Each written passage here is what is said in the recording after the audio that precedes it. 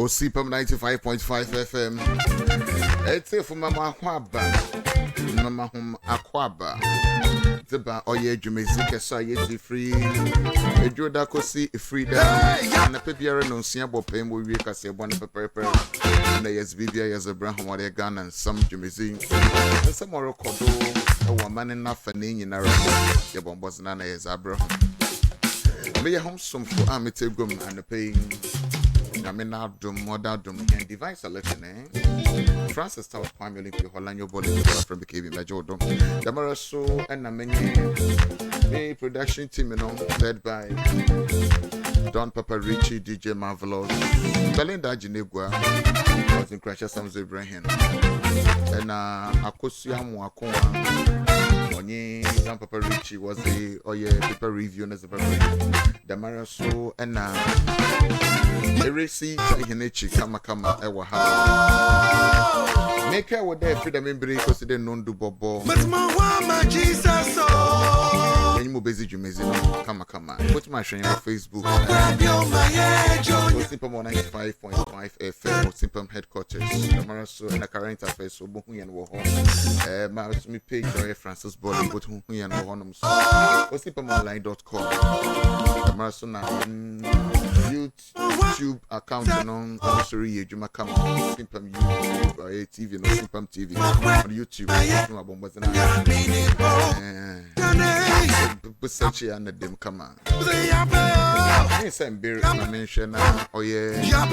And I care about Belinda wire crowd. It's maybe no phone then some of those. That's from Koda. Bring it a time to just about 5 minutes to the top of the hour 7. Once again, you're welcome to Osimpam 95.5 FM. The program happens to be GHANAN NSEM from Monday to Friday, to the hours of 6:30 and then 10. And don't forget that right after the paper review, Eric Banning will also pass through with the latest sports news. So stick and stay, don't tie that down. Let me quickly welcome Belinda for the motivational messages.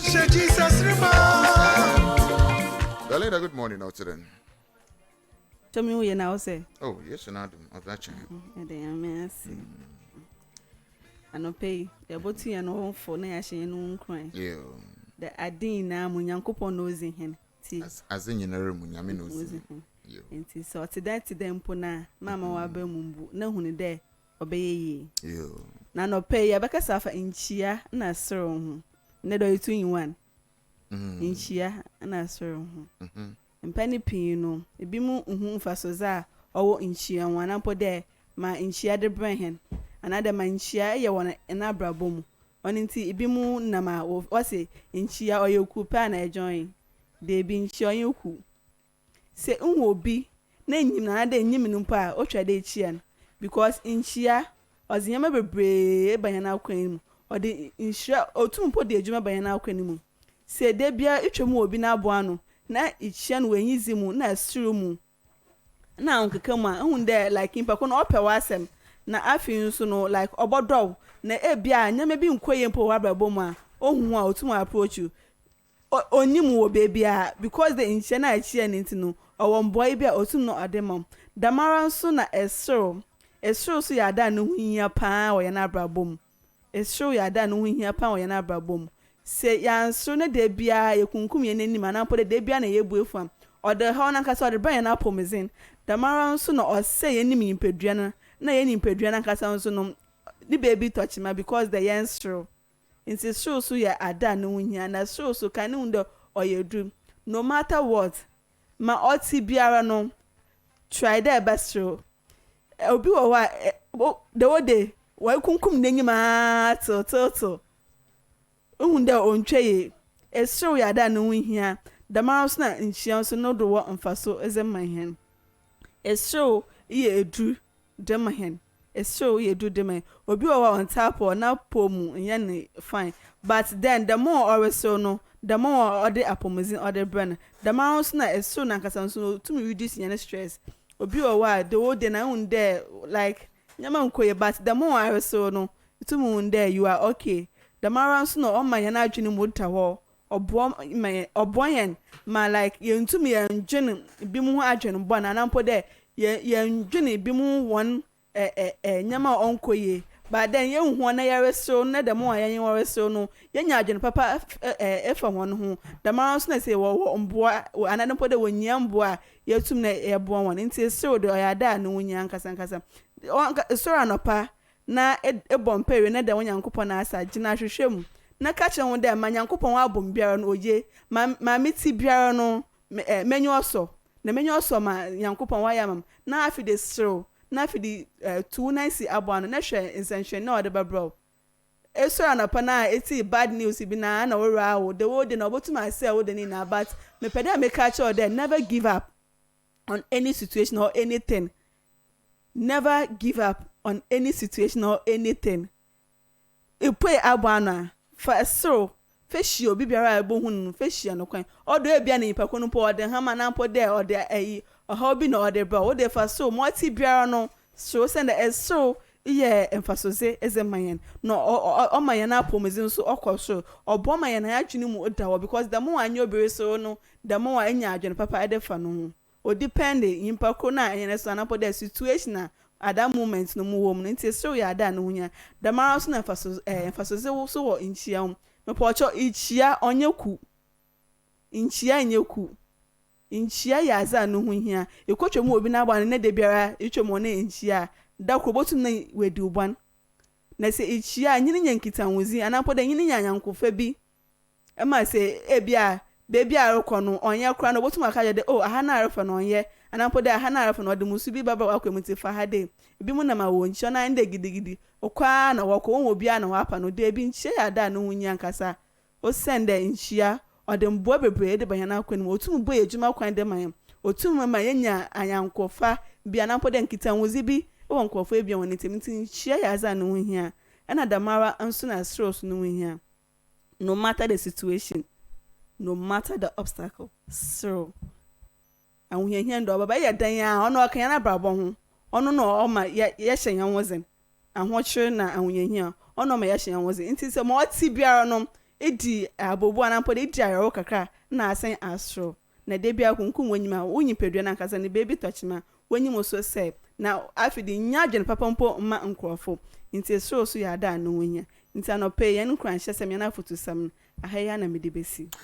Meda say Belinda nti na ma sresro na ma tu wanyim endo bi o wa ona ma obiara nka no bat na we kunkum n'enyim wa ya da mama like aka nti hu n'enyim a wala hu n'enyim a wala hu na wala wora but then tu wanyim tu wanyim na try there but so a day obo tu wan ka say omo wa pomezin po okwa enyim nti example so hey ayabokode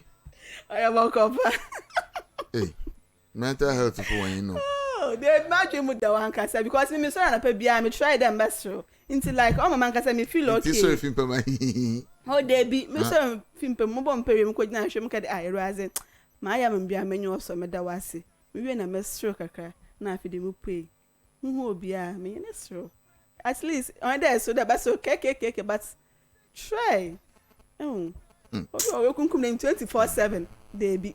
Yeah. Belinda, that's it. Hey. Yeah, that's it. The best road at on enyim. Hey.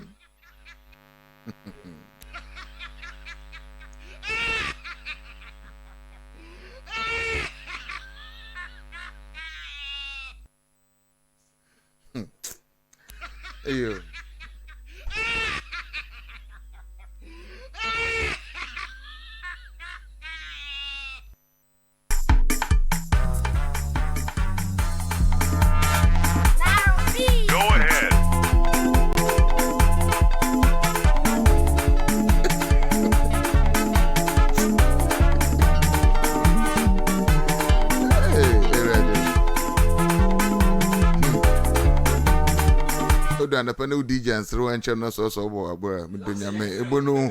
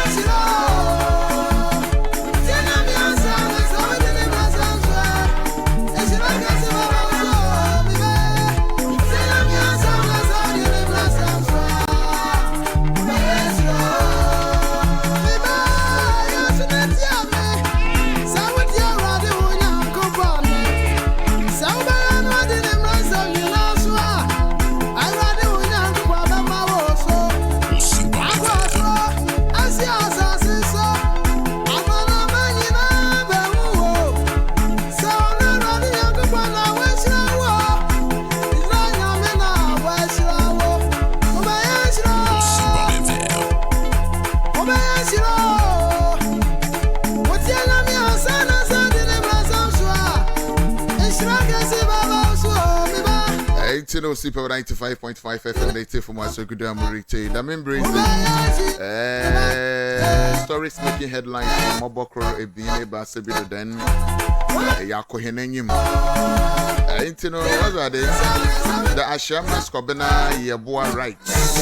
Most of the young politicians in the country lack this show. Public sector workers overpaid government statisticians. Away from Professor Samuel Kobina Enin. The Ghana statistician Professor Samuel Kobina Enin has said workers in the public sector are generally overpaid for work done. The government statistician said averagely public sector workers were paid double for their output. Was the Indian American was about the Asian Central Kennedy Japan, the MP has kicked against the projection of two main flag bearer hopefuls of the New Patriotic Party. Oh no. Two reason Ghana has not been attacked by terrorists. Dr. Norman. So this and many more coming up on the show. So without wasting my time, let me quickly introduce to you John Papa Richie and Amwakwan. When you meant to cry, I wonder what's one soon when you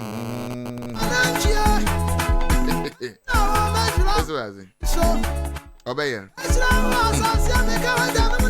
You be sorry, you're the 50 bed. I bet you there, so last row. You know, one want to push when you're done, Mama. I did the means and you when you're nomination. Impression with the bear. Why maybe from point that rebel was sent to a traumatic picture, no dancing, which is against the law. You tell me before you snap me.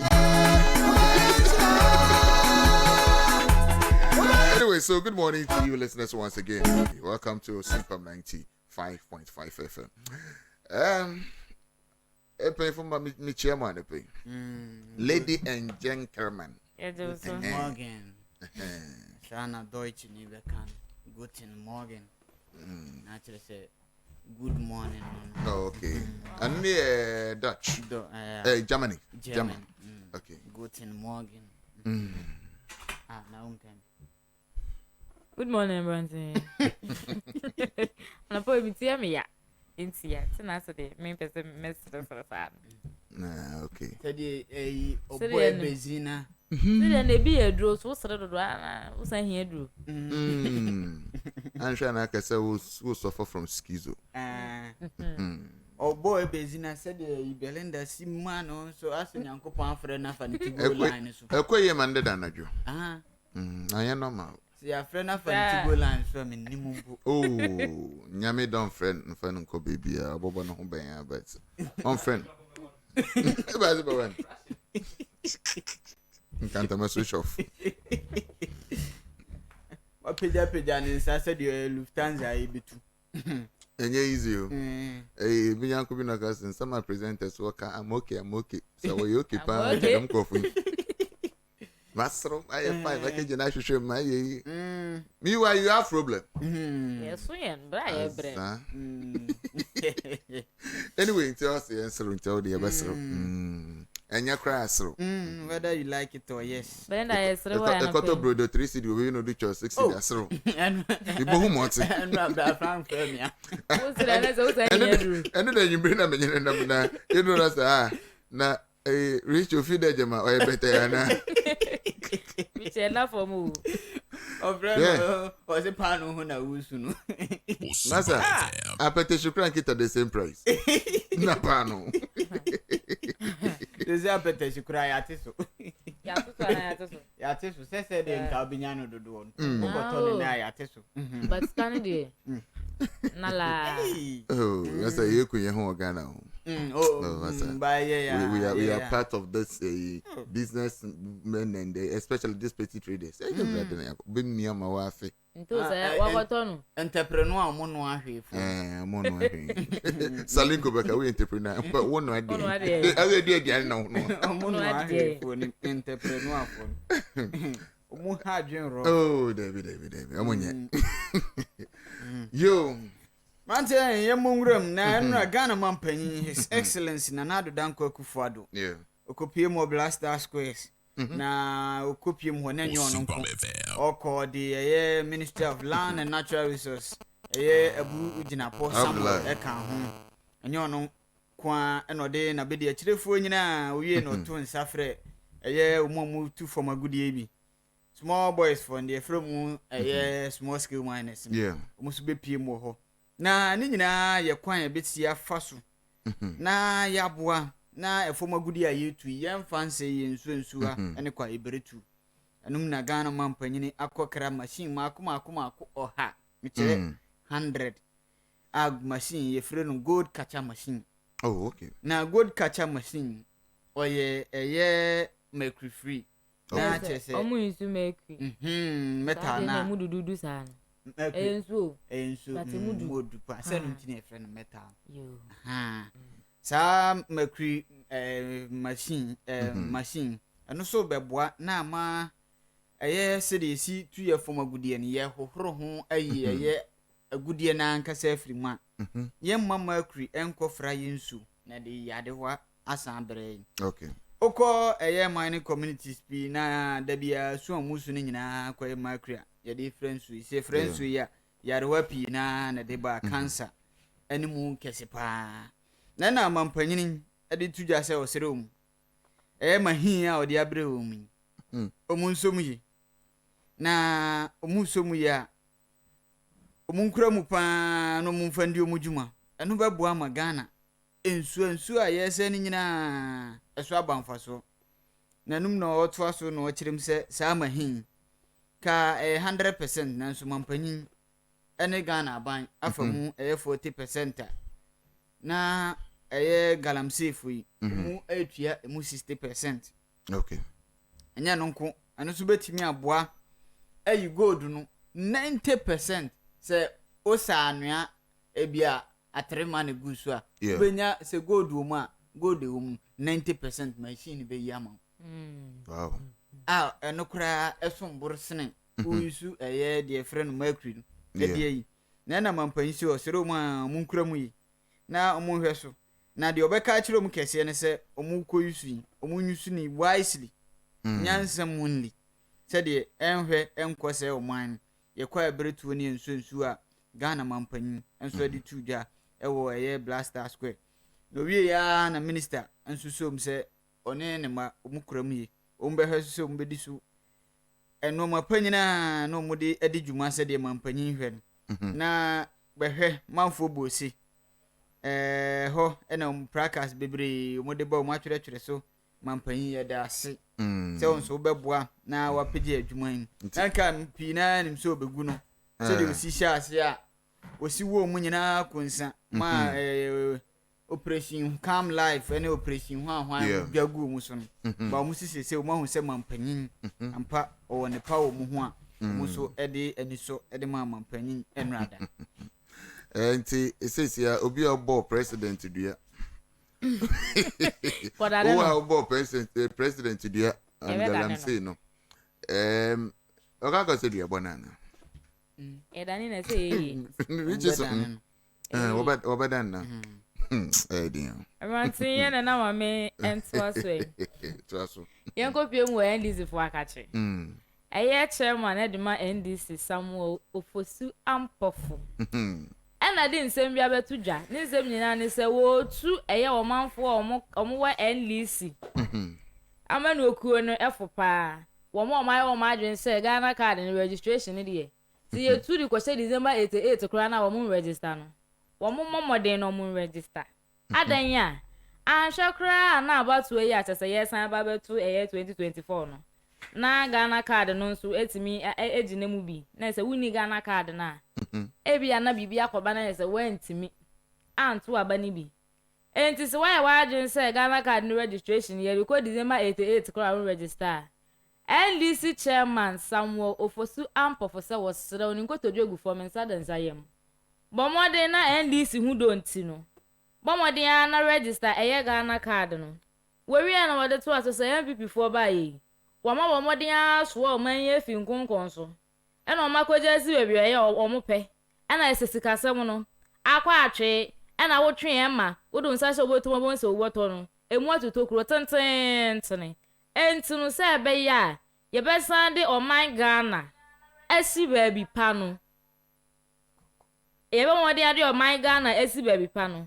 yentu aba no enfama NDC eye 2024 ebe emu ewon semfu from no MP Edema North Tongu Samuel Okuzito Ablakwa enso dia tudwa se sene awamampani na nado dankwa ekufu ado wafa Williams wa bo modin so wo be bribe onyankopon no enye wo bia na wo betimi no bribe no so wa na adwen se ode eye asoli a wo besie ode ne nsa akobo o man sikam 25 million edi kosi katidwa idia na ese emfa onyankopon wo hu bribe na enye yi wo ye no so kopie mo Bible baabi kra na onyankopon se bua wo mu eni bienu enti wo de wa adwen se wo mu eni bienu na wo de o man sika na wo de bekosi asoli dan na wiwi a o manfo na kwotena asoli nim no wo masu abon pa ye de ego onyankopon so se won sa mo madwuma de a na ese wo no ye hu ne a wo pa kire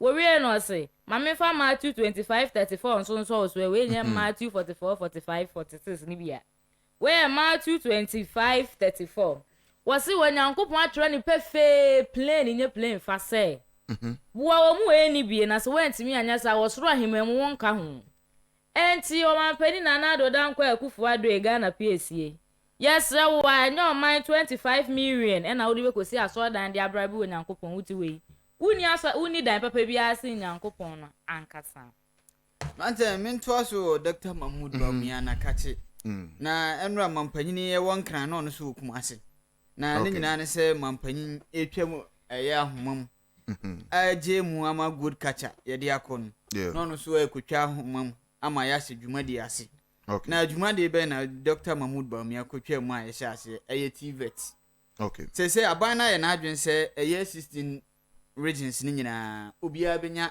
another eye TVET eye training facility mienu na sa training facility jai ho afa ankasa yipa a eye machines ya mampanyin aya na adwen so de kosum ho anya de ketwa no sisa school si omu besi aboa ama Ghana abeye the world class center for skill development nyina se Ghana so beba be bia se ye pebe bia ye training man for won fidi dwuma ho ene ho dwumadie pa Ghana bedam so konkra enum na enrada Dr. Mahmood Bawumia kopie mo Ashanti region Kumasi oni minister of education ene ohene popra wo ye bunsu ensu kopie mo ho ekotwa ye ahomani na schools yo mum sima akoma 32 enti first phase no ne ye sha ase anu no enra Dr. Mahmood Bawumia kotwa osisa dwumadi ebeboa ma eye adwuma ho nsem a da bia yesu unemployment no eno so atimi atepa enu Dr. Mahmood Bawumia enso edutu edwa yanto aso erante he abrante ye bi de ayi bibi aba ono ne de ne enya fix the country ne de ne feed the streets abrante ani din e de Enzo Thomas Tete Thompson aba modern e de feed the streets aba eno eye dwuma papa wo di e de boa Ghana so we fix the country ni de na wo so wankasa nso ye bibi e de ma country no ne senti wo ne nkrofo eba modern atu wo woto musika ekoto wo Facebook chenchirenche e na oba modern etwa ye nkwala ade enu anuane aso oto ka ho eto ensane amuru ibi empabo wane wo mo ekeka ho niam bebre e na odi kopie mu ewe eye ashaiman ene enkramantan mu baby bebre ene na no da na nsuo to enrei wo mu gina mu se ya ene wo mu cheche ne man ede ma wo mo fra woni ba bi da se de nsuo to ene wo kan are hosem pa wo se wo hwe sane a enkwala ibi ni ye di nkomo asabi e bi kra ni draw so sha wo mo to atete enya asem kweto na are ho pa enti Angel Thomas Tete Thompson CEO edema Angel Printer eno wo assignment no wose wono wo so nyina na de suade hu ene se wo beboa wo mu we ni bie ne senti no ena enra bibi she ni nkran den se uzika ya da wa umfanya hwi kura no kona kotwa wo force bill na cheche ma nkwala yi totompa boa no anuane na to nsa efa kan na fa koma wo mu ne senti ena wo yesa ena afa nso no awomanfo bi eboa no eye ne nankofo wo wie no se we enye da etwa to a obeye ni nyina enti #feed the streets abranta wanya 35 years onkono so wa bra wo pada nanim ena watimi ayewe enti Ghana eni da so wo ho mayen pa yie enti sa wonso wo bibia bomode na ye bibi fa bo wo mu we ni bie emofra one na ma wasere sika woni ba bi da no wo bibi ya ye na fa bo a we efi Angel Thomas Tete Thompson eho nante mentwa so togu afede na kachi na Togu afede ennam framom se papa yi eye es gracia ye tuama na bra obeye Council of State Chairman from eye 2017 besi 20 papa yi onhia bio osande abra o man se mfandi adwuma na ne nyina ne se enra me de betu dwa se panyin baako eye Professor Kunfia me ya de abetu dwa se o man ka yentwa eye de frɛ no es gracia yi mu na enum na papa yi ohwe eye sky ye de manu 2017 de abetu na account mu a moamma o man no empuntu enkoso o se na eye privilege se onu so be se adwuma no enti so ahia wiade pa na akatua a yese san de man biu enti saade a o san de sika na akọ controller and accountant general munje na omumfa moama o man Ghana entumpon na no na betimi aboa ma Ghana ho nsem so atimi akosoro yi o se sese ya o ti o man bi mu a sika kura ni ho a ye di tua ye adwumayefo bi ka de frɛ na sika ni ho a ye di betua mu ka national service kura mo de entama enti e ban sen na sesei de frɛ na es gracia empanfo nhwe na o mu nkuru nkyiri mfiri eye mranim o mu nyim firim sɛ de o man Ghana yesu ye ho beto ye kakra a da bia obehu anse empanfo politicians yi o makwa sum amomu ho atom o maju maketua nyina ka ho mu wia no musa edi eye es gracia meanwhile nka eye privilege eye ni monyam se obeso mu man enso sesei enya no mu di dwuma eye togbe afede enra ono so sika eye de man no from 2017 to 2020 as Council of State Chairman onso de akoto ba bia da se mpanfo hwe na umumfa support to economy no na na betimi ama o man wages economy wajim enye sika bawo ma memoska no ma 365,392 eye nkane scan 3.6 billion says gracia enye na katua owie ahome owie na adwuma ye na kwanje sika na kwanje sika leadership by example we omuntwam free e into order ne dey ba says gracia na nsem sika no wa make say wedi ni dey wie na nsem hunu sika because wa besoma wie ye twa akaboso me si dey na osan kwaji sika bi say o de kwa ahomji en wa mo man puntu me pa cho gina o ya baba do ai na napia ewo ahoma no do ye ba hwe BBS afọ ye two reason Ghana has not been attacked by terrorists. And happy morning. Good morning, Minya. And employment today, Anepe. You what Darman Papa. You. Martin Komobi Kakra free. Two no. The reason why Ghana has not been attacked by terrorists. How do you take this? Why should we accept it? That's it. I mean, share with you for you now. I think that statement, you know, debatable, and I don't know the basis. What me make is a conclusion. Because of the Gitmo 2 no present, and I say you mobile Ghana for some time. Ghana is being spread, but from terrorist attack. In my opinion, I don't think that is the fact, because yes, Ghana agreed to admit those two guys on certain conditions, although other countries had rejected them. But at the time, the president decided that he could do what his security advisors advised him to do, and he did that. Now, for you to conclude that it's because of these people in Tina, Ghana has been spared from terrorist attack, you should be able to know, Sir Sanko Fono, at a point when they were disbanding the Guantanamo Bay, they had not, let me say, find them guilty of terrorism. As a result, they were going to be either killed or they were to be in prisons or wherever. If they had been found guilty of terrorist acts, probably they would not have agreed to release them to go and then reintegrate them into the society.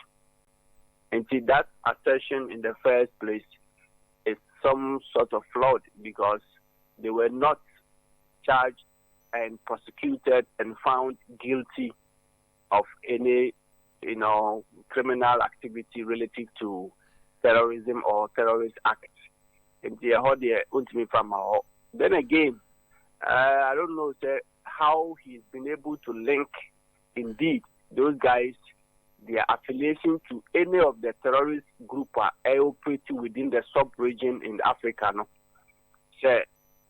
Because probably they were together or they were allies of Al-Qaeda, Boko Haram, ISIS, and the rest, And so, because they were allied in and as per Ghana, there is no fact or any basis to that effect to suggest and the terrorist group are more operating within the sub-Saharan African countries, or more as per Ghana. And well, he made his assertion, and he is thinking, from what I read, the idea is the fact that they are having some sympathy because Ghana at the time also showed sympathy to the people, and so they don't want to be seen they are being bad or something. That is far from it. Terrorist doesn't think of giving you any sympathy, or terrorist doesn't think of reciprocating any good thing you have done to him or her. And, for me, I don't share that opinion, and I don't think that his assertion that it's not because Ghana's security has prepared themselves very well, that is why the people haven't attacked us.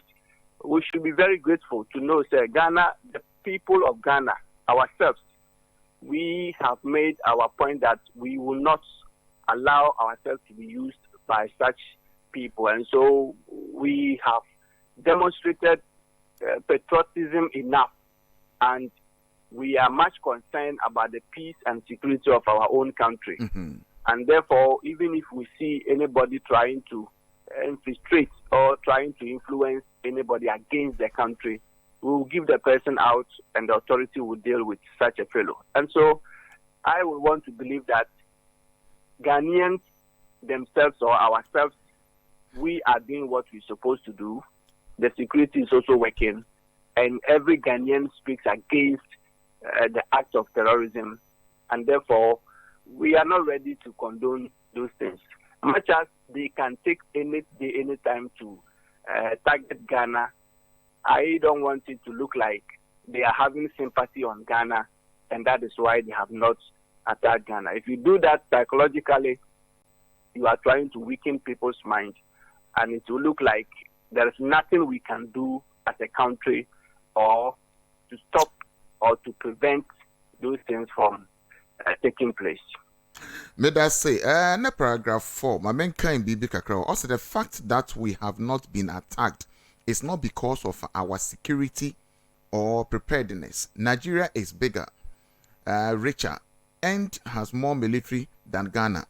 Then, or compared to Togo, Togo is a small country as it is having more military staff than Ghana. So if in spite of all these terrorists can be, audacious to attack, Togo and the Ivory Coast, it is not because of our preparedness alone. There must be an X factor, and for me, the X factor is because how we were kind to receive the Guantanamo Bay detainees. Besides, there are a lot of issues in Ghana that make Ghana a fertile ground for such activities, he said. Now, I'll compare Ghanaian military to other countries. Obo Nigeria food in Obo Togo cry was shot number one soldier for those such a hand. And then thirdly, no, na some day, nas a quite day and anchor by assets now, then cause today terrorists too would to attack him. In one way or the other, no my dream may be a day. Is he trying to undermine or underrate our security agencies, especially the military, as he mentioned? Well, from what he has narrated, that is what he seems to do. That our security, our military, our preparedness is not sufficient enough to prevent any form of terrorist attack. Mm-hmm. And therefore, if Ghana has not been attacked, it's just because the people are being sympathetic towards Ghana, which is very unfortunate statement on his part. If you compare Togo, I don't know the statistics he have and why he wants to suggest that Togo has a strong military than Ghana. There is nowhere that anybody will seem to agree and suggest or accept that Togo, with a population of around just less than 5 million, will be having a strong military resources and human, capital and all of that more than Ghana. Some of these flawed kind of analysis, they seem to just portray Ghana in a very, awkward way. Yeah. That is why sometimes we don't want to subscribe to people making all these assertions. Mm-hmm. And if you want to suggest that Nigeria is quite bigger and they have more sophisticated army and all of that than Ghana, that is true. But Nigeria has its own peculiar issues that made the Boko Haram people formed and taking control over the northern part of Ghana, Nigeria, where they are doing what they are doing. Mm-hmm. And so the scenarios are quite different. Okay. You cannot state the fact that has developed and grown the Boko Haram in Nigeria, say you want to bring same to Ghana, and so Ghana is fertile grounds and there are a lot of issues that is so much it allowed Ghana to be vulnerable for terrorism attack and all of that. I don't share in that opinion. I want to believe that people have to be very much objective and show some sort of superior love and patriotism towards the country. Mm-hmm. There's nothing we can do to sort of denigrate our own security, but instead we should encourage them, we should motivate them, we should let them know we appreciate what they do. And so whatever they are sacrificing their lives for, protecting the borders and the territories of the country, you and I appreciate it.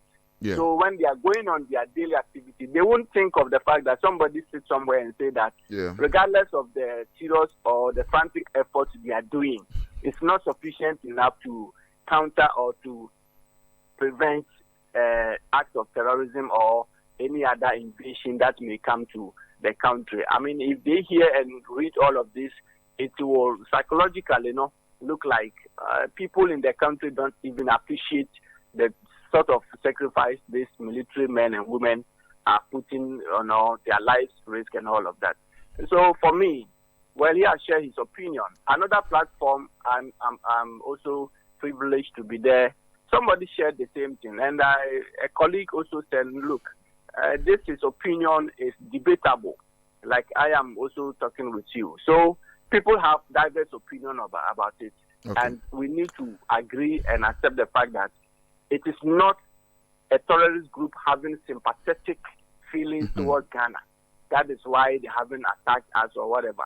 But we should be able to, understand that as a country we are doing what we can do, and even though we cannot say we are immune to any form of attack, but we should appreciate that the government and the security agencies are doing what they can do, and we should let the world understand, or the other countries around Ghana understand that we understand and we love our country, and we are not ready to compromise that anybody will come and do anything at all and leave Ghana in a state of anarchy or disarray or some sort of confusion or distraction. That is not what we are hoping to.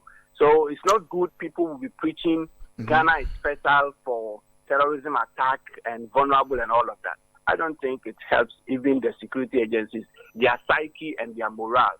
It doesn't help.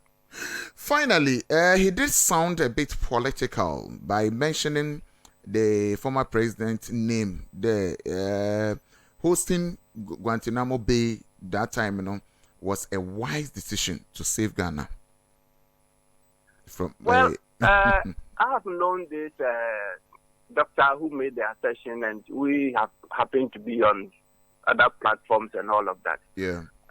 Sometimes I don't want to appear political here, but when people almost all the time and every time seems to not appreciate what the current or a government at the time does or is doing, it seems to you likely to read some meanings that they seems to do not want to appreciate anything from the government side, and so it becomes a bit political. People make all kind of analysis into it.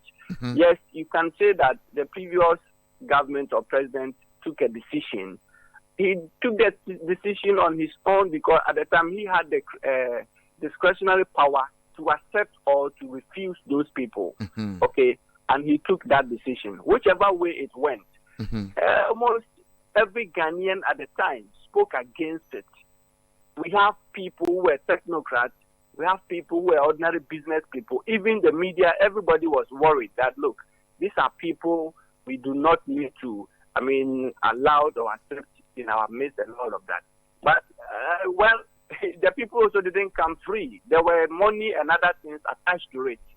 And so all of those things made probably at the time the president to consider and allow them in here to stay for 2 years, and after that the people will leave. And so for me, I don't want to appear as he is being political and so he's not appreciated. But I can say for a number of times I've listened to him, I've shared opinions on platform with him. Yeah. And sometimes it appears he failed to appreciate what the current government is doing, and almost any opportunity he gets, he wants to chastise the government and the security institution. But he has his liberty to criticize the government and make suggestions and analyze the duty of the security and the intelligence institutions. But like I'm saying, we should learn to appreciate and understand the sacrifice our men and women in uniform goes through each and every hour and day to protect all of us. Opening Lord Nana appear, you better was Anape. Thank you so much. Yeah. Richie. Ante. Nana piana, and kasa no. Bane kasa na brofuno kwa. Brofuno yes. Ne titia ne tintin nyina ne se. Lord say Dr. Newman. Dr. Newman. adwuma de papa no obobi pa oye obi a oye nimdefo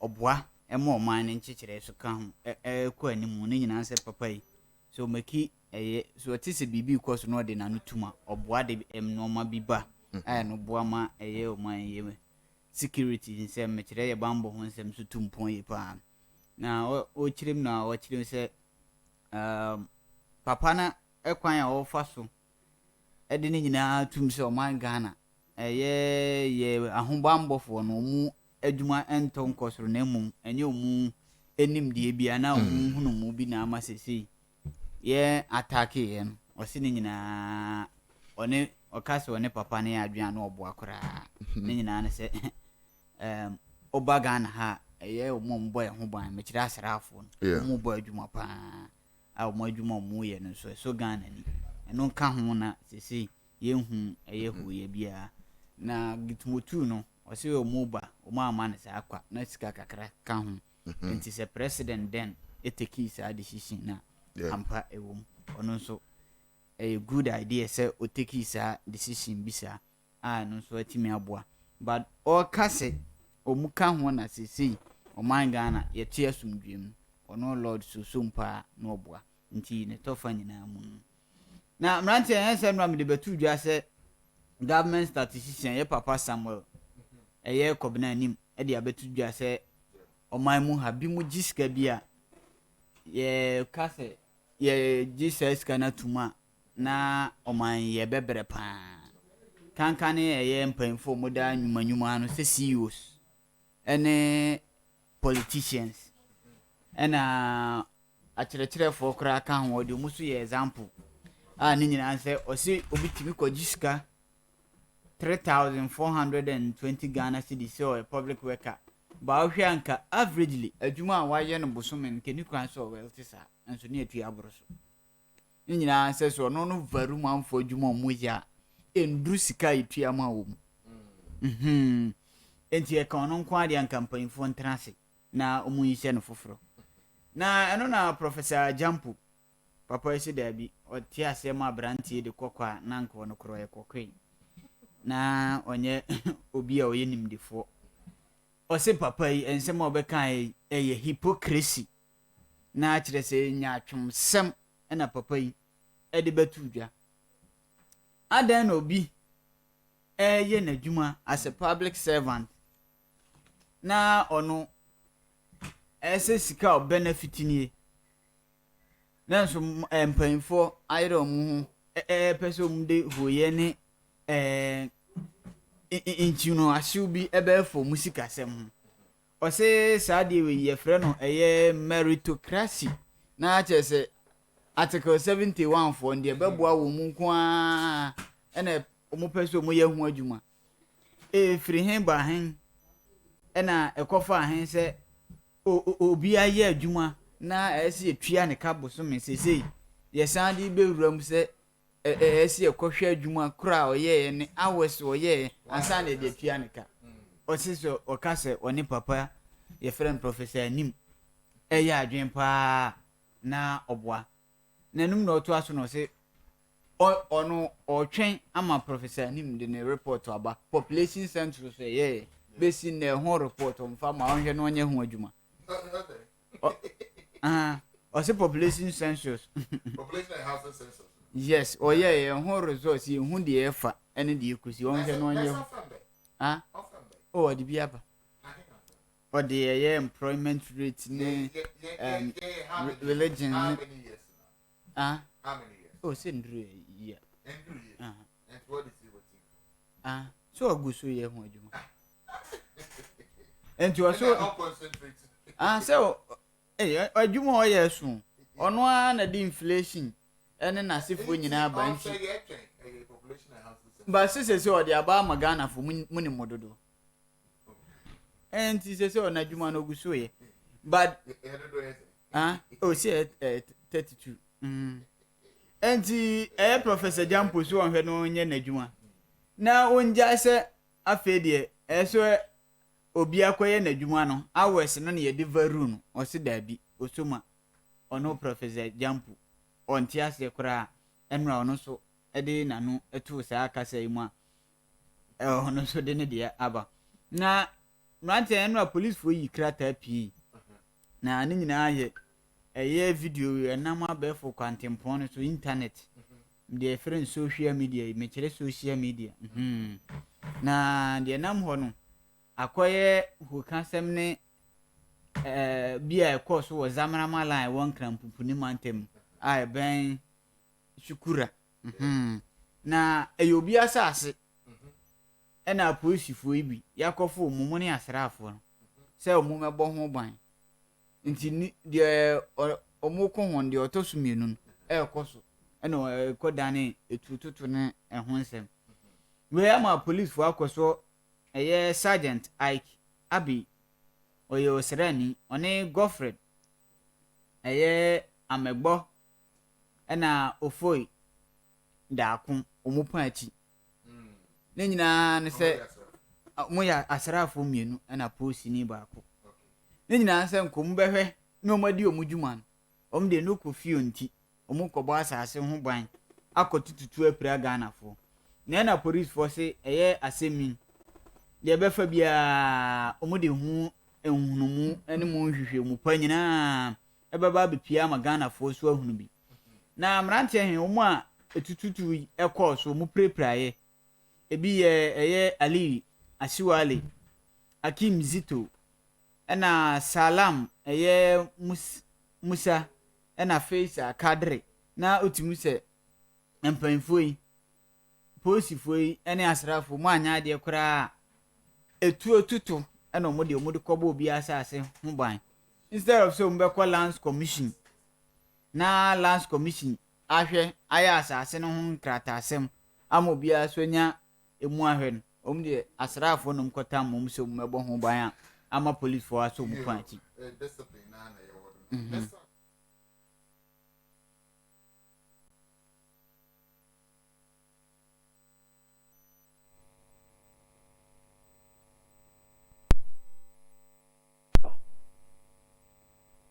Friday morning, when you have ever. Oh, Yanko Pomba Sayad, Madame Hoyana Muse.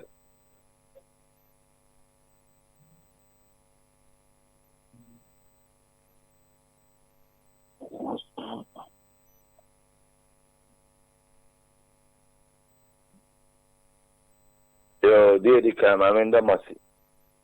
Naminfra and Chia more and Pemasi do. Aba Matiefoɔ ne baby a mokasa fidi ne kodru na menchia the constituency treasurer for the New Patriotic Party wa share my honorable Bernard Snaki na minya bema se me di meni hwɛ ɔman a yɛwɔ mu ya o se politicians bebree a ɔmo yɛ young a afei na ɔmo fifi ɛwɔ political game no ohun sɛ dodoɔ naa laki discipline ɛbi sɛ wohwɛ ɔmo kasaeɛ ɔmo neyɛ ɛne sɛnea ɔmo carry ɔmo ho a you could see sɛ they are indisciplined obi wɔ hɔ a ɔkɔ akɔdi politician bi a ɔyɛ experience akyi in the political game no wakyɛ wɔ mu okɔdi nipa n'akyi a adi odi kodi nipa n'ekyi nyinaa yɛ sika obenye fi nipa ne nkyɛn enti sɛ nipa no ne yɛ biribi na sɛ even sɛ bi a nipa no aspire for a be executive position yɛmfa MPP for regional elections amuye na nse ya ntuya any example na case study sɛ akodi n'ekyi nipa ne wini yɛ na ɔno so pɛni bibi wɔ returns enti ɔhwɛ na adeɛ na ɛsɛ nipa ne yɛ ma no ɔnya nyɛ ma no afɔ de na social media no waba be di na tem no waba be gu nipa ne ma se to the extent sɛ ɛyɛ emebunu no bebree amowura politics ni mu a afɛ no mu sua the political game no bebree wɔ a nipa no mu di omu ti no na afɛ ɔmo tɔn saa nipa no ɛde ma nipa na tamfo to the extent sɛ ebi kura leaking information at the money panatan for normal contenders now from so capitalizing on that at the akun edit the panel and then you move who say emwa obi bi afi na o start politics so ukita suban bi say o de baba politics no say o de pet we baby now, and I did be out with the other sticker, and I will aim at her. A very baby, irrelevant. A very plan only trustworthy.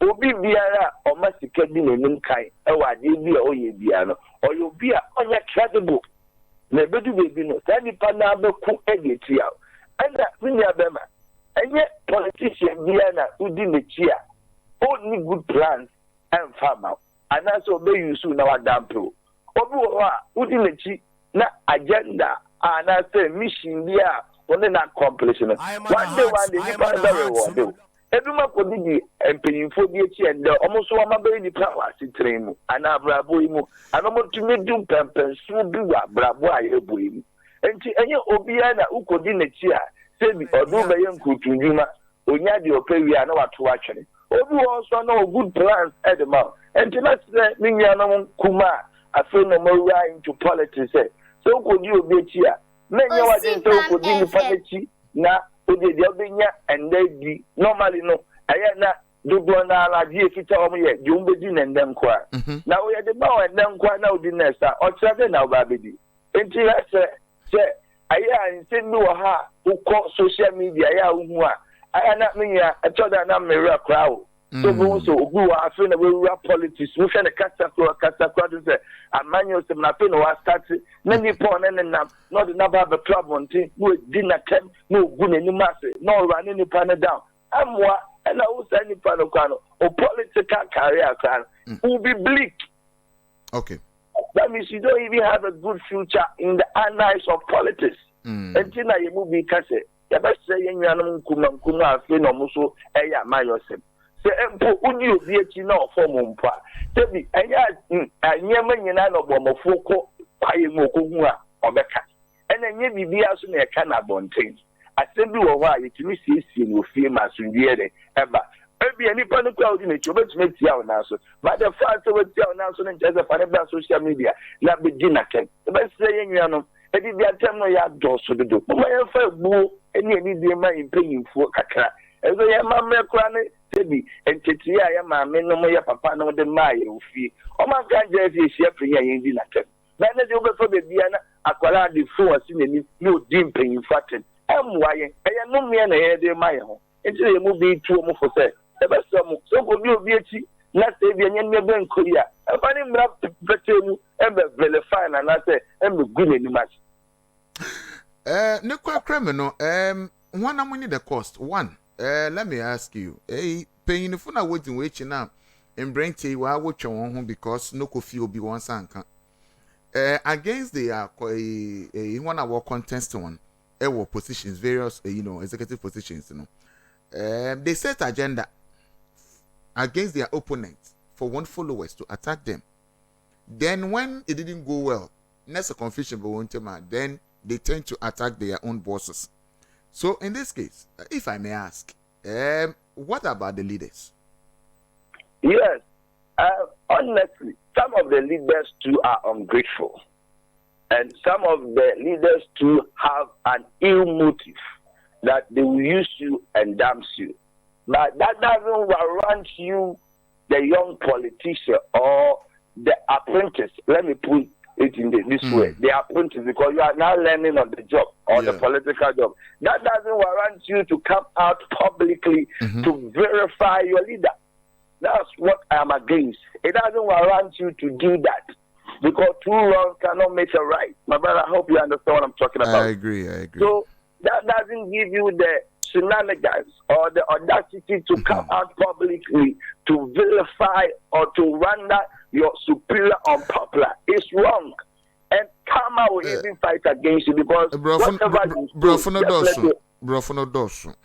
I don't know the bro for the buy. We key and other bro for I'm missing. And Mama, any ubidi. Minya what I say. Ya brabona ya bono. Aje bia ubi bia no becha. Politics aje bia na udi obi echi a ode ye no no. Osu badam light no obi di bebe ye. Okay.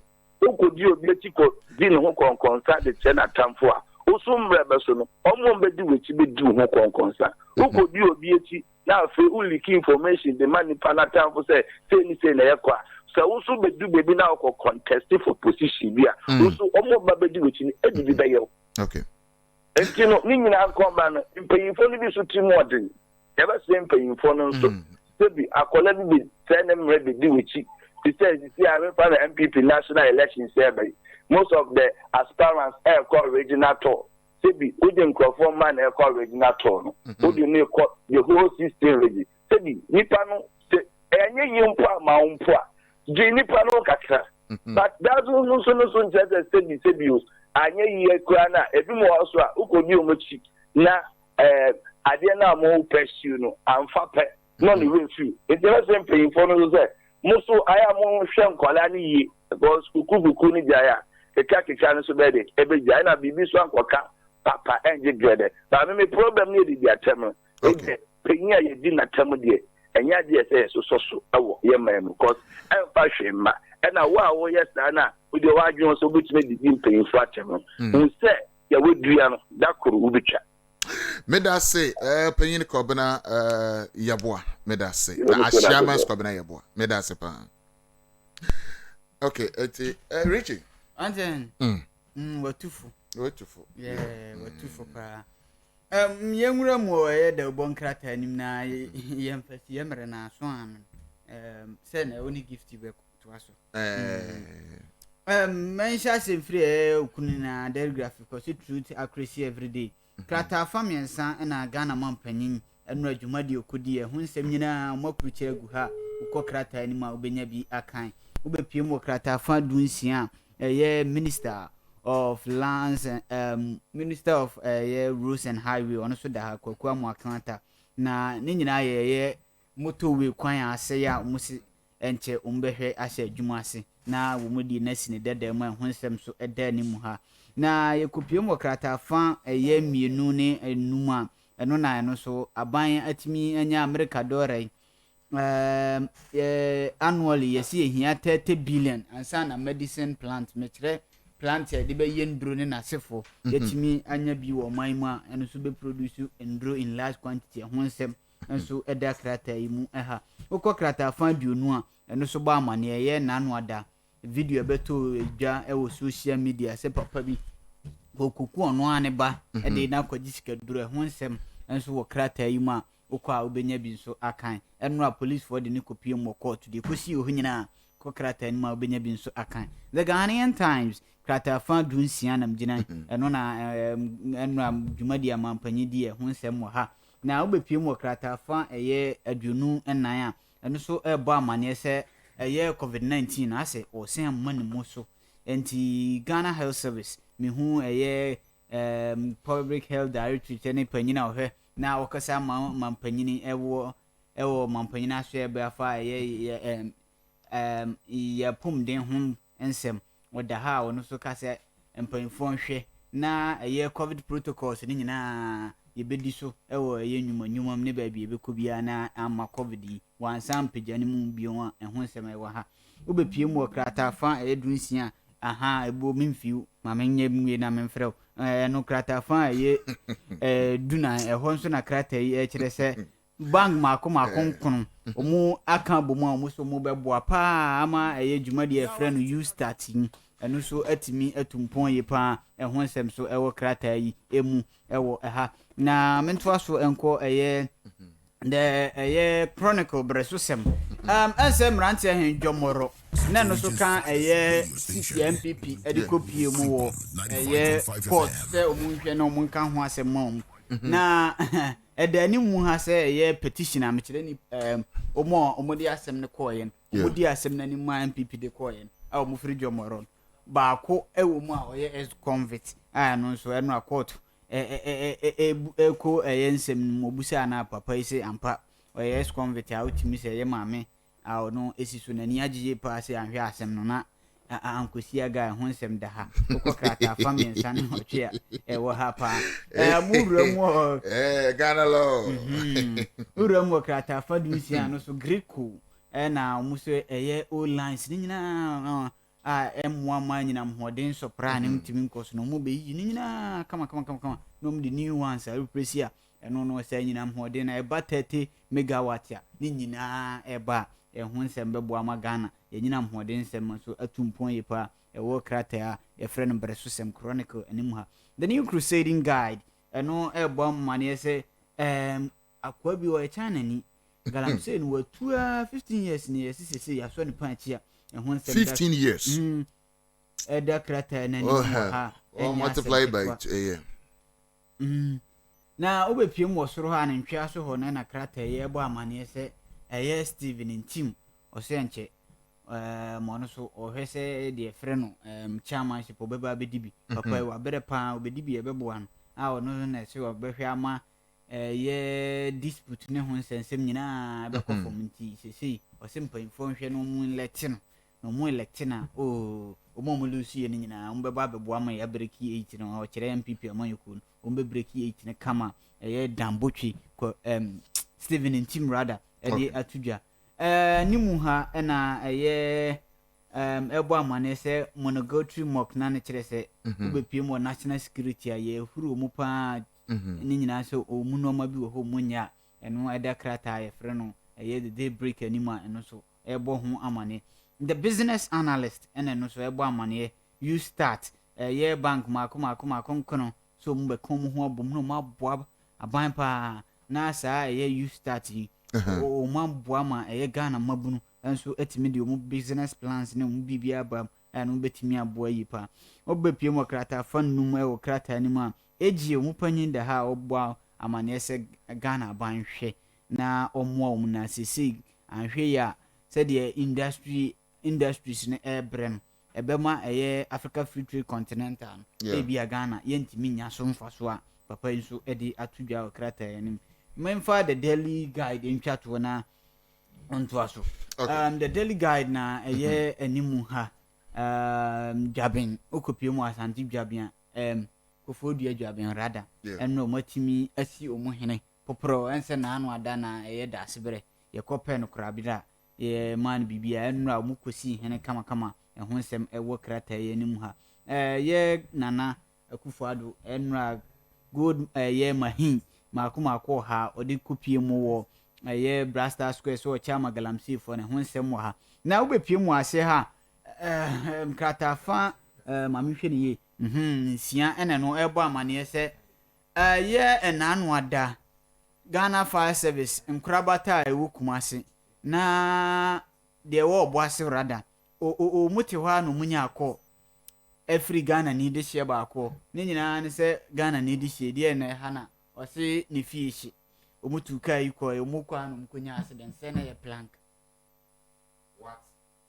what na bɛka omo de plank saa sɛ Ghana Fire Service omuka baako a ɛno a ɛkɔnya it sɛ ije bi anto baby a ne nto baby a ni pa ma mo twe yo enya asem ketwa oh yeah me hwɛ kan oh serious said yes serious can say very the possibility that I high say beyond repair no enye ibi chida na fire tender ne bo masa enye easy akwana say no what say just like that me wa waka say hwehwɛ ne yɛ kye no wa bi hwɛ mama kan kye Mr. Course ibi ba otumi freda abrewe bi na bot na mu cheze nwi resho otumi fre abrewe bi na mu cheze nwi oresho yeah na mu cheze nwi resho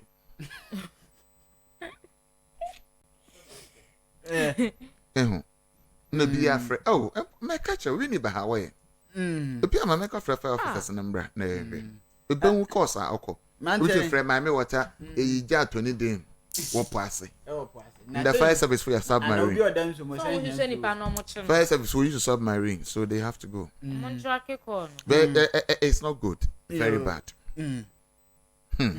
Martin ense biniba mabunu ni hia adwuma na we efiri na boku fikirefo said the sinin contract and can kwansem ye ba we youth authority eno mo dia ba se we dey omo sere me amenye ba akomo mo nti me ya mo ni nyina se omo se omo nya adwuma bi a ye tile company tile production company okay tile production company omo fa SHS livers okay ene GHS livers na sika ne mu epie pa ena akọ so a obenya ba bi ada eni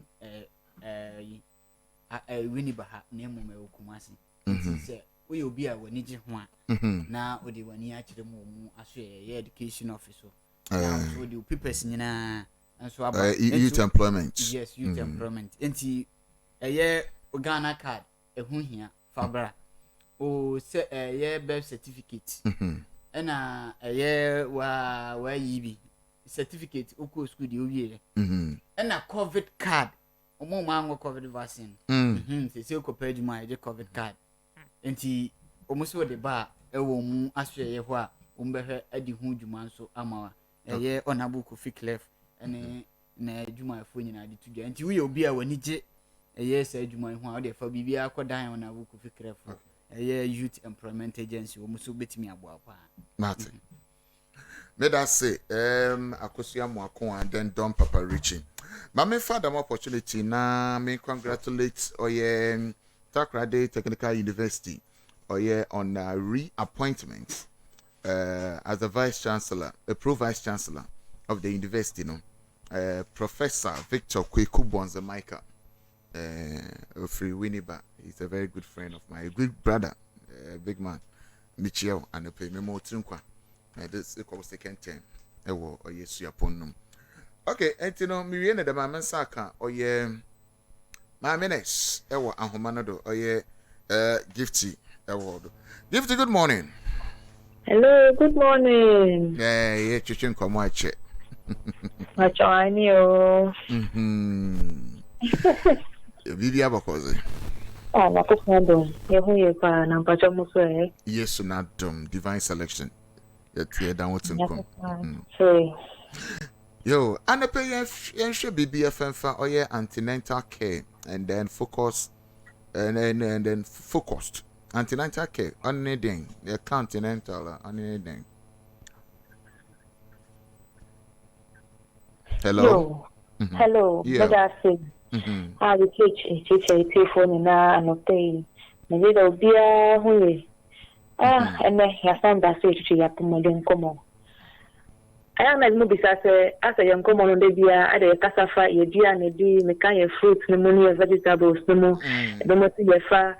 Yarabine a bon komo enkoda na ta penfo na sie edia eja omo na ye bon komo bia enfam enti na enne e pese efa penfo no mo so na ese yefa ana ten kasa efa omo so omo takra enti ye ka de antenatal care any focus antenatal care e pa che se sha ye she obia wa fa yefu eni aba na se ma minimum afa yefu bra wa fa yefu no kopem se obewo ahia ye de manu ewo apomode asoye eno na yeka enti ye de focus antenatal care na just se ka se ankranku ahia na se sha ye de ma ta open for no enti anything focus in impress se we need to be faako aha enti ese anti midwife anase obi a wadi entity ese ohwe open for no e wo se otimishe mami abena awa fa yefu awa ba ono no nko a ntometi me di nkomo afa bibia efa ni yefu no ko pemse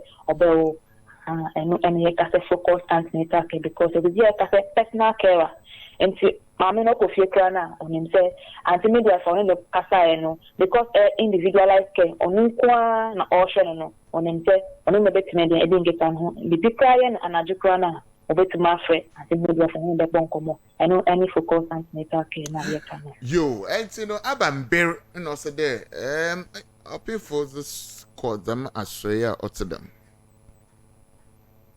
yo medasi enti ye share and as about the I was open for ultimate economy.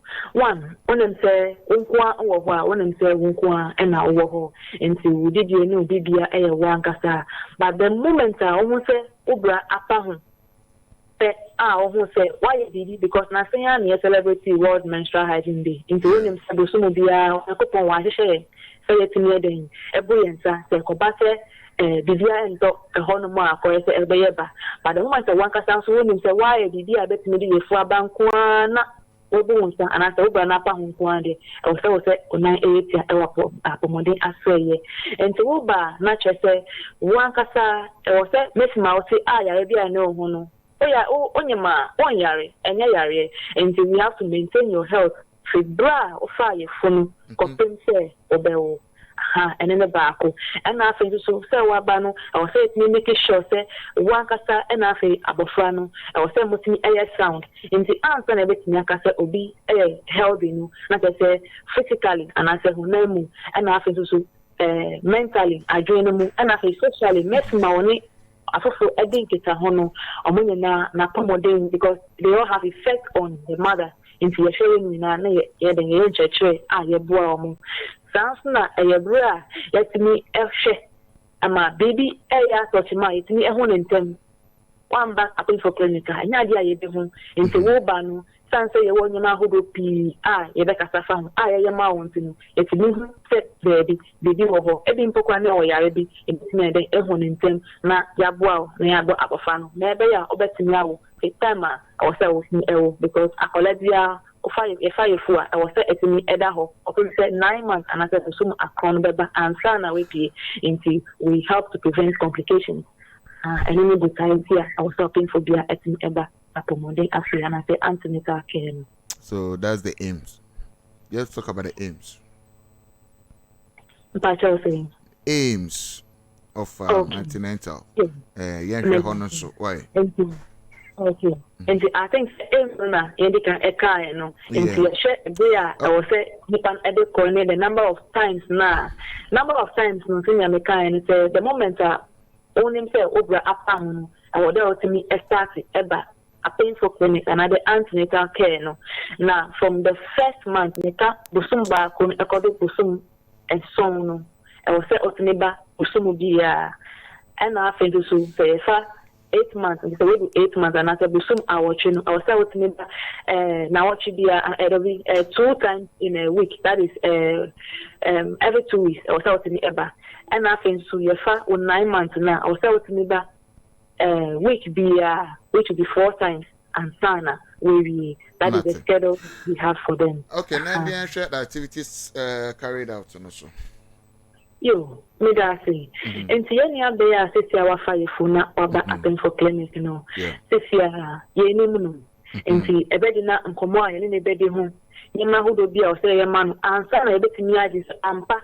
Ye fumpo ewo ho nti waba no ne de kan ye de hwe wo mudro no because ye hwe wo weight na eno na bebuwa me ye hu e say as time goes on no sanse akola no enyi no weight ni di eba be ka ho sa koso do a ade a na sense so bon na dia ti me di aba so kosem kura so a eno so ewo so bon ya e betimi aba enti e wo say yetimi e trust a first weight no eto maybe ya ye betimi den agaido ma baby ko who touch my betimi ehon in them. Sounds like you be din komo. Tie ji wo abakosem nyina. Enti ne de kan no wan kasa ma me na waba no. E ji na ho abakosem e bisa no medin baby oti wedding fear hin only one eti.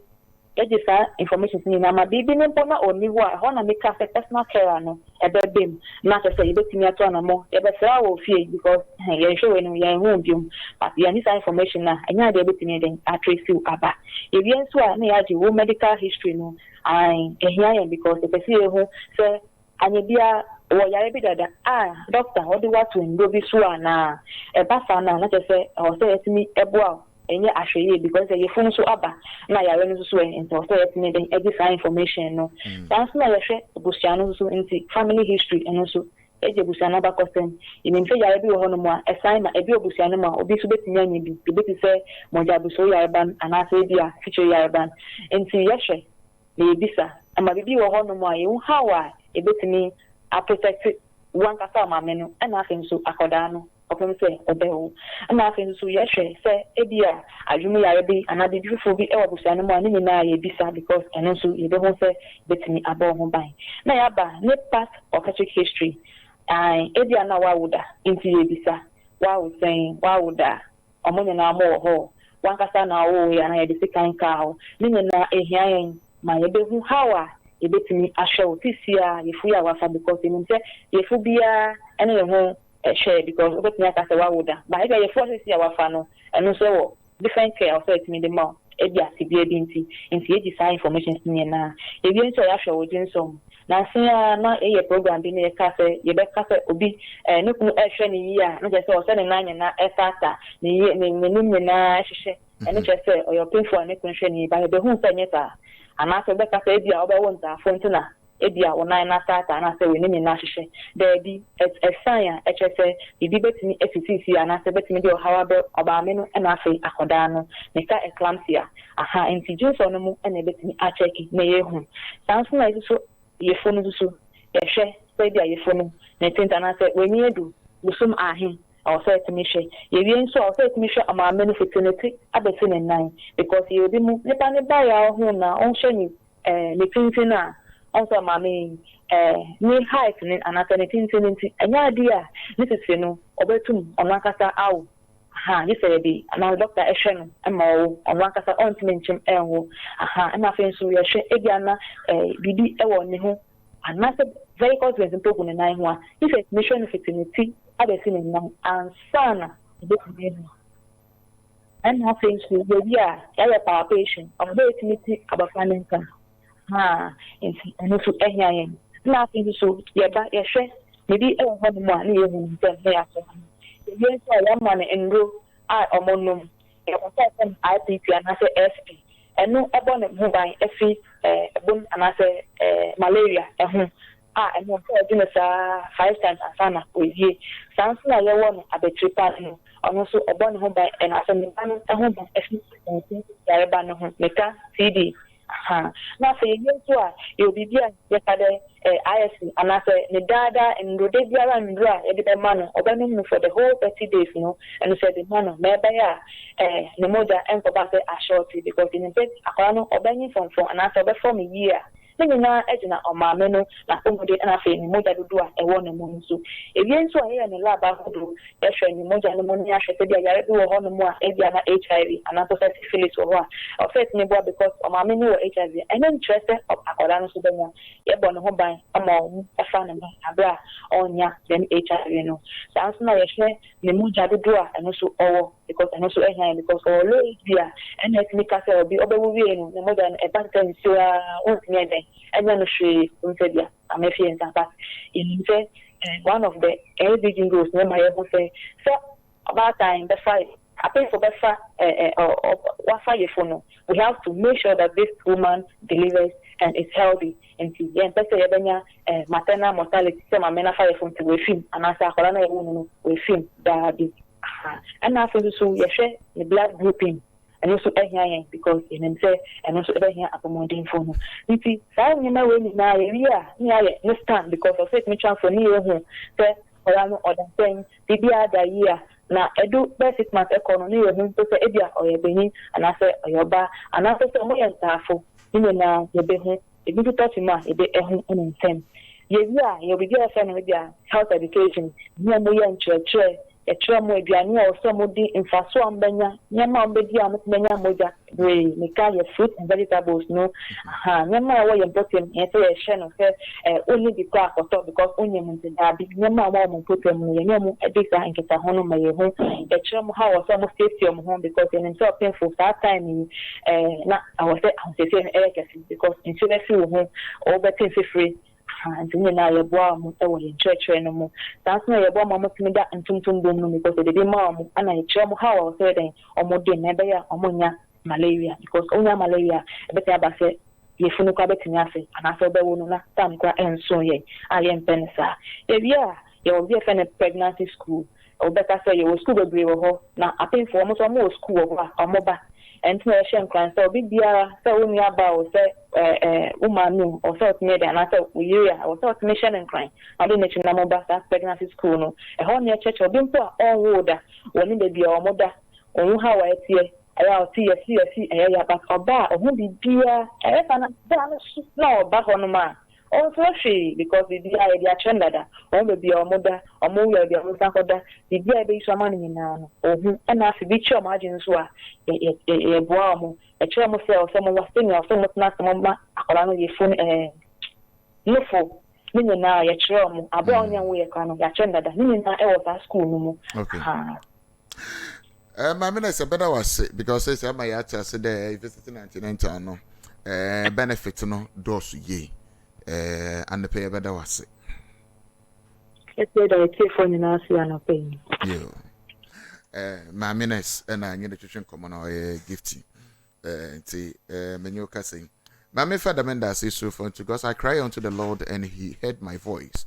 I thank the God of Bethel for granting us this victory. I pray for strength to be able to excel in my new office. This is from the man Anthony Kwesi Saki saying big thank you to Central Region. Good. And name for you the half feel or your NPP 50 man too. About what told me in the Obesin Queen.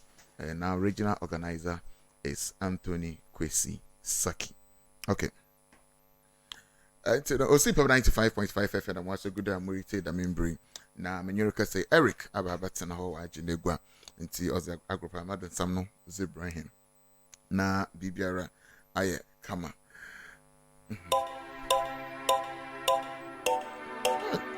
Winning Kasichu. Okay. The Minjim Kobobi and is in Asamaba. It's my man Pem has some punkai dedication be a firm politician be. Now, what you dedicate my ex now?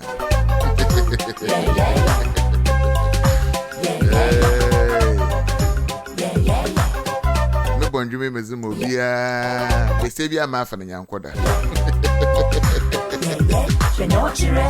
Oh,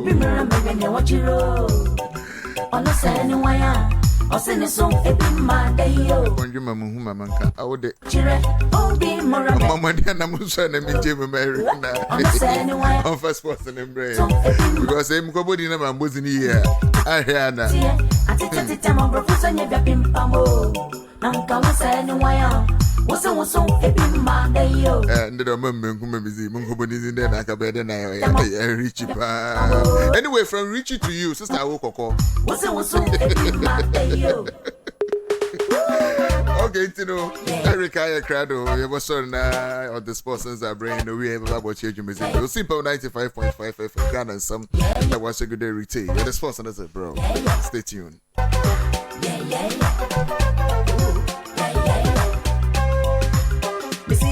What you read? Oh, me remember what you wrote. Hey, on the same wire. I was in the soul, a bit my day.